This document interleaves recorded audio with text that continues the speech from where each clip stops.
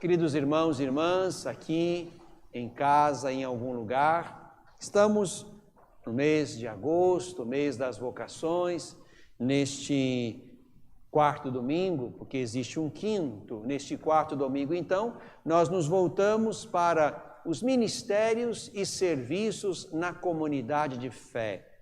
E são tantos, ministérios e serviços exercidos por todas as idades. Crianças que se dedicam ao serviço do altar, até adultos, homens e mulheres, gente de todas as classes sociais, de todas as formações possíveis, que se dedicam aos vários serviços da comunidade. Serviços que ajudam a manter a vida, a liturgia, a catequese, o atendimento dos mais pobres, o acolhimento, tudo isto é importante. É por isso que trazemos também estes serviços e ministérios para dentro do mês das vocações. Deixamos o ministério catequético para o último domingo, que será o próximo, mas aqui então nós nos voltamos para estes outros ministérios leigos, onde de fato muitas idades estão colocando a sua fé a serviço da fé dos irmãos, a serviço da comunidade, a serviço da igreja. E hoje nós temos no nosso caminho litúrgico, nós temos um texto para nós bastante impactante, que, digamos assim, apresenta a base da nossa presença e do nosso serviço na igreja, independente de qual seja o nosso lugar. E também a base da nossa presença fecunda no mundo. E não podemos perder de vista esta base, porque se nós perdermos esta base que os textos hoje nos apresentam, corremos o risco de estar e fazer algo na igreja de modo errado, ou de ter também uma presença pouco exemplar no mundo, devendo ser, como discípulos de Jesus, exemplares na vida e na prática das coisas boas. Pois bem, tomemos então o texto de Mateus. Mateus e Marcos falam que Jesus levou os discípulos à região de Cesareia de Filipe, como quem os leva para um retiro, porque ali Jesus vai apresentar uma pergunta fundamental, como nós colocamos quando fazemos retiros. Os retiros devem ser momentos de a gente colocar perguntas fundamentais e dar respostas novas a essas perguntas fundamentais. Jesus então leva os seus discípulos para aquela região, Cesareia de Filipe, onde há um grande e belo porto, portanto é uma região marítima, e ali então Jesus põe duas perguntas que têm, digamos assim, importância diferenciada e muito diferenciada. Primeiro Jesus pergunta: quem dizem os homens ser o Filho do Homem? O que os outros dizem do Filho do Homem? Em primeiro lugar, é importante dizer que Filho do Homem é, digamos assim, o título que Jesus mais usa, para não dizer o único que ele usa para falar da sua identidade. Era um dos títulos do Messias. E Jesus tem preferência deste título quando fala de si mesmo. É o título que ele usa preferencialmente. Então, quem os homens dizem ser o Filho do Homem? Depois de ter estado, convivido com muita gente, depois de ter feito milagres, multiplicado pães, depois de ter mostrado uma sabedoria que impactou lá na sua Nazaré, quem é este com essa autoridade, com essa sabedoria? Quem é este que realiza esses sinais?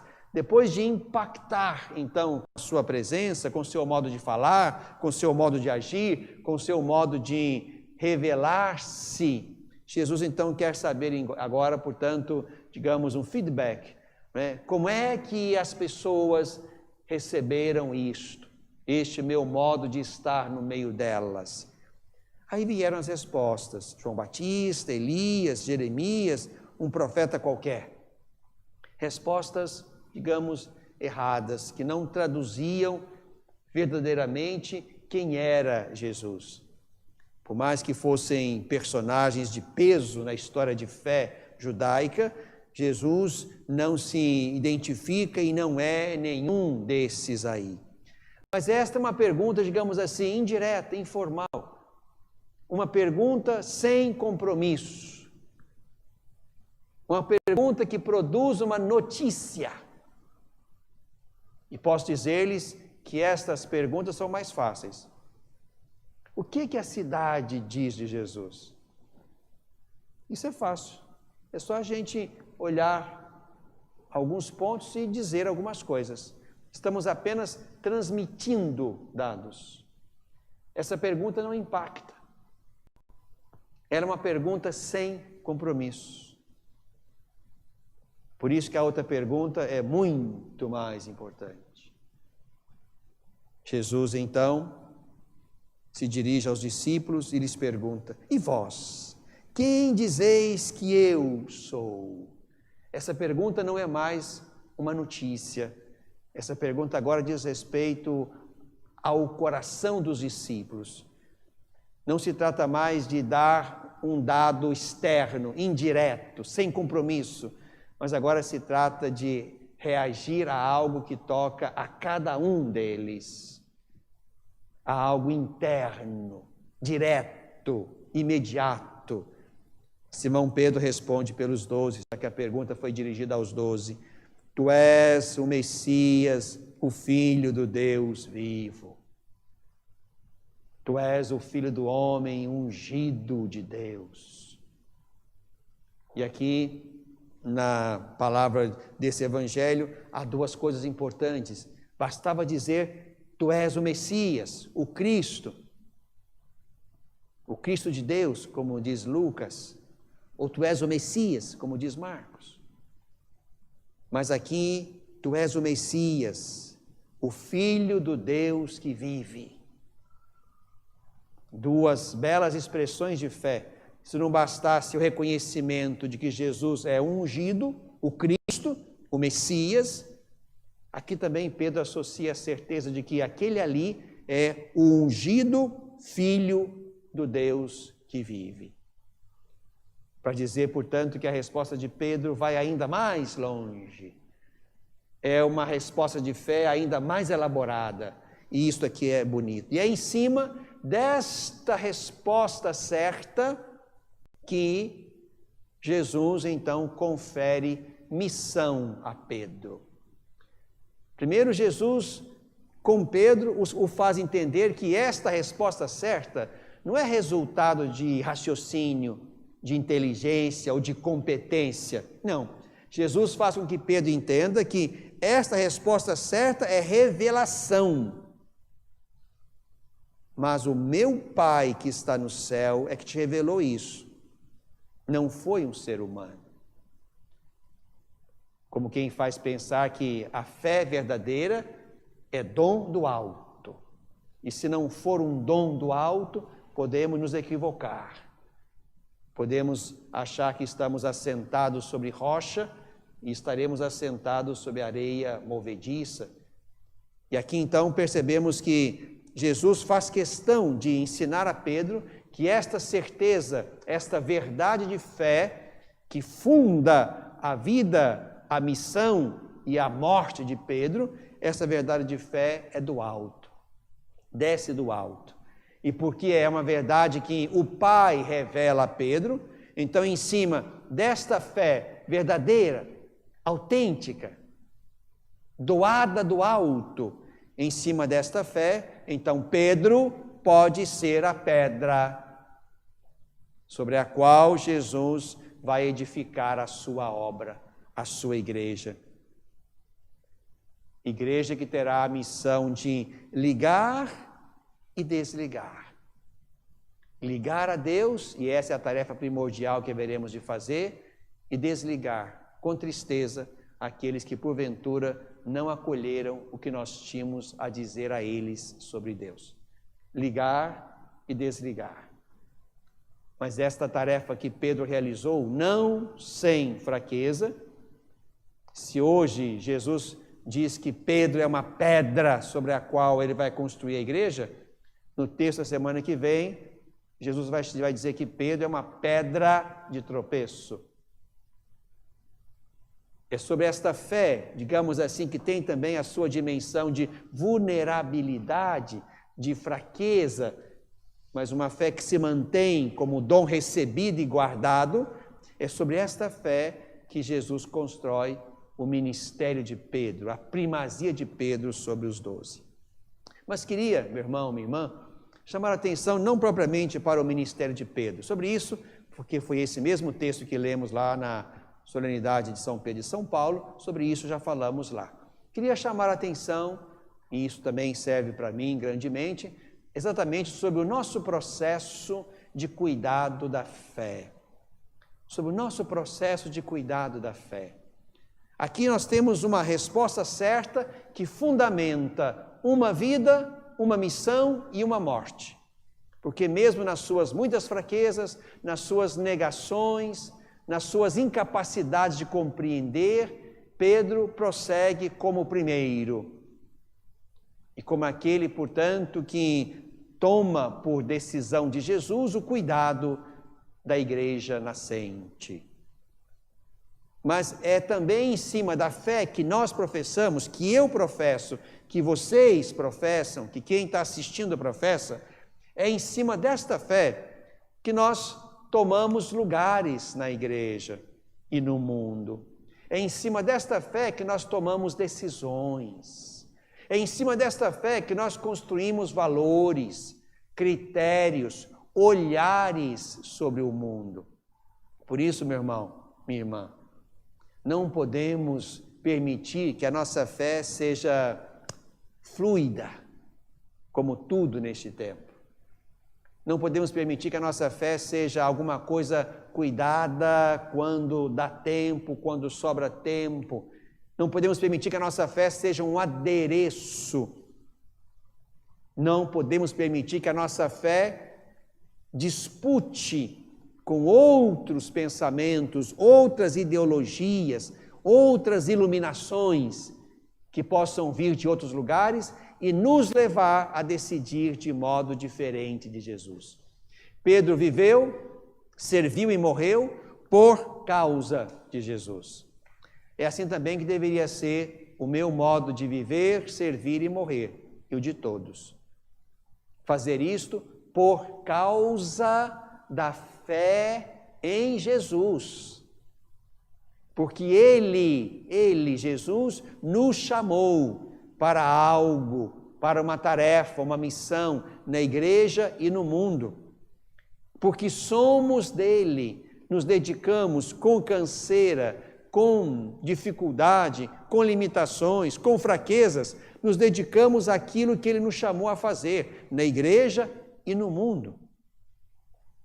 Independente do ofício, do ministério, do serviço que nós fazemos.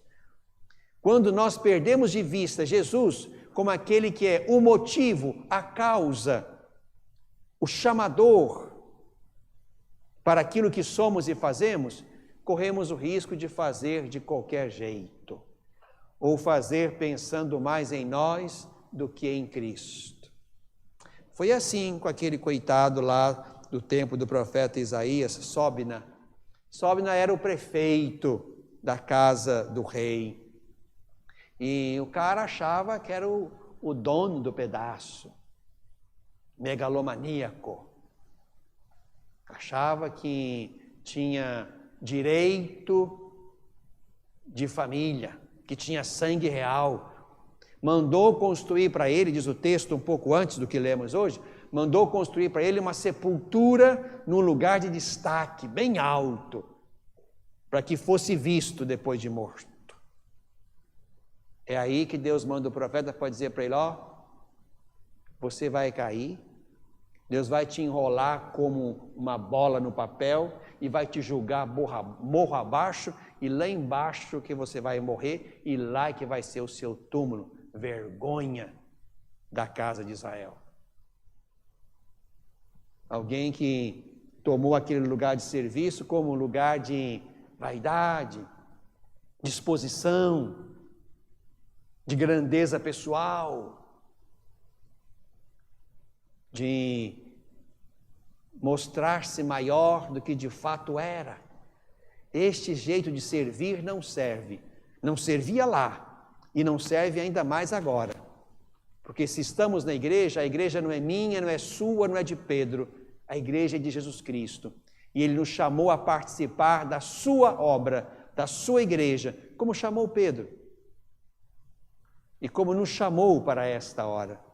O mais importante então, meu irmão, minha irmã, é que esta resposta que damos a esta pergunta, quem é Jesus para nós? Essa resposta implique de fato num jeito de estar na igreja, não pensando em mim, na minha carreira, no modo como as pessoas me veem, no modo como o mundo me vê. Quando fazemos isto, corremos o risco de ser cristãos do nosso jeito,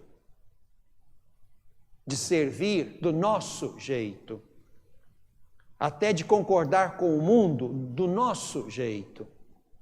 E aqui não podemos perder de vista, como lembrou Paulo na segunda leitura, tudo é dele, por ele e para ele. E esse ele aqui é o próprio Deus. Tudo é de Deus. Tudo é por Deus como origem. Tudo é para Deus como destino. Então, a minha vida, a nossa família, a nossa igreja, o nosso mundo, tudo é dele, por ele e para ele. O nosso modo de agir nesses ambientes, tudo precisa ter Jesus como nosso critério. Fazer como Jesus, ser como Jesus, fazer por causa de Jesus, fazer como Jesus quer que esses ambientes, começando por mim mesmo, o meu mundo interior, tudo isso seja segundo a fé que eu tenho em Jesus. Ou nós fazemos assim, meu irmão, minha irmã, ou nós corremos risco também de, como Sóbina, sermos enrolados como uma bolinha e sermos jogados morro abaixo para que morramos juntamente com nossas vaidades, soberbas, megalomanias que estragam a igreja, que estragam a família, que estragam o mundo. Aqui nós precisamos recuperar Jesus, a sua palavra, a sua verdade, como coisas que não passam e como verdades e certezas e valores que precisam nortear tudo, tudo, de modo que nós só tenhamos uma pretensão: fazer do jeito dele, para ele, por causa dele e não por outro jeito. Então que a nossa Eucaristia de hoje nos ajude, irmãos e irmãs, cada um de nós, a você, os que estão aqui, os que estão nos assistindo, que desempenham um ministério bonito aí na sua comunidade, que façamos isso sempre com um coração simples, singelo, crente, orante, como o de Jesus, de modo que o meu serviço na igreja e o seu sejam serviços que fazemos tão somente por Jesus, que nos chamou para isto, e no final receberá aquilo que cada um fez pelo reino, pela igreja, e nos recompensará por isto. Que a Eucaristia dê formato e força à nossa fé, para que possamos responder certo, como Pedro, e que a nossa resposta certa determine o nosso jeito de estar na igreja e de estar no mundo, tendo Jesus como a nossa única e verdadeira referência e medida. Glória ao Pai, ao Filho e ao Espírito Santo. Como era no princípio, agora e sempre.